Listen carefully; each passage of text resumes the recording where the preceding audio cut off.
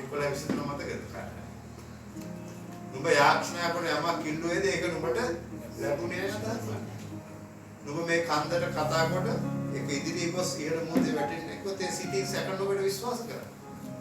අපි සැක කරනවා. අපි යාක්ෂණාවක් කරලත් එන ඔය කුවට වෙයිද දන්නේ. මම අර මේ ක්‍රියාපතේ පේතරස් කිය උදාහරණ පෙන්නනවා කී දෙනෙකුට මතකද? ක්‍රියා 16 මට මතක විදිහට. අපි නේ පේතරස් හිරේ ඉන්නවා. පේතරස්ව දැන් මරණයට යන්න තියෙන්නේ ඊළඟ දවසේ. යාකෝබ මැරුවා ඉස්සරහ දවසේ දැන් පේතරස්. දැන් සෙනග එකතු වෙලා මේ වගේ රැළක් හිතන්නකෝ ඔබගේ සභානායකයා හිරේ දිනවා දැන් ඔබ එකතු වෙලා යාක්ෂණය කරනවා. මොකටද යාක්ෂණය කරන්නේ? මාව හිරේ බේරලා මෙතනට එවන්න කියලා. හිරේ ඉන්නකොට දේවදූතෙක් ගිහිල්ලා දොරටු ඇරලා පේතරස් කියනවා ගෙදර යන්න කියලා.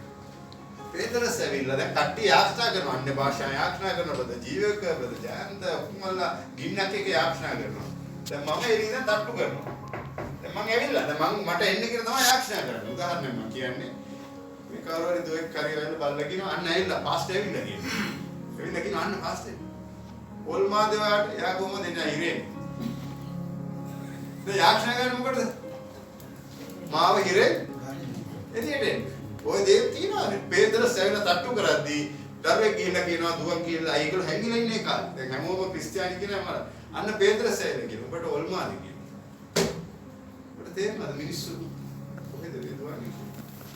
ආත්මික තාලේ අවදිකම නැති වුණා ක්‍රිස්තියානිකමේ අවදිකම නැති වුණා ඔබ නිකන් හුලඟට විසි වෙන බෝල් වී වගේ එහෙටයි මෙහෙටයි ගසාගෙන යන වතුර වගේ එක හිතක් නැහැ එහෙම කතාවක් කොහෙද බයිබලෙන් කියනවාද නමුත් අනුමාන නොකරන ඇදහිල්ලෙන් ඉල්ලාවා මක්නිසාද අනුමාන කරන්නා සුළඟින් ගෙන යන්නා වූ සෙලවෙන්නා වූ මුහුදේ රැළට සමානය. අනුමාන කරන කෙනා යාක්ෂණා කරලා සැක කරන කෙනා මුහුදේ රැළ හුලකට වුණාම එහෙට ගහනවා මෙහෙට ගහනවා.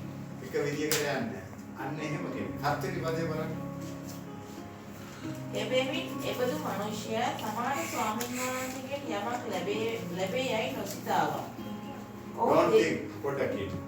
එවැනි මිනිසයාට ස්වාමීන් වහන්සේගෙන් කිසි දෙයක් හම්බෙන්නේ නැහැ. ඇයි එයාගේ හිත හැමතිස්සෙම වෙනස් වෙනවා. ඔය කුමාර ඔක වෙයිද? ස්ථිර වෙලා යාක්ෂණය කරන්න. ස්ථිර වෙලා ඉල්ලන්න. Welcome to the path of victory.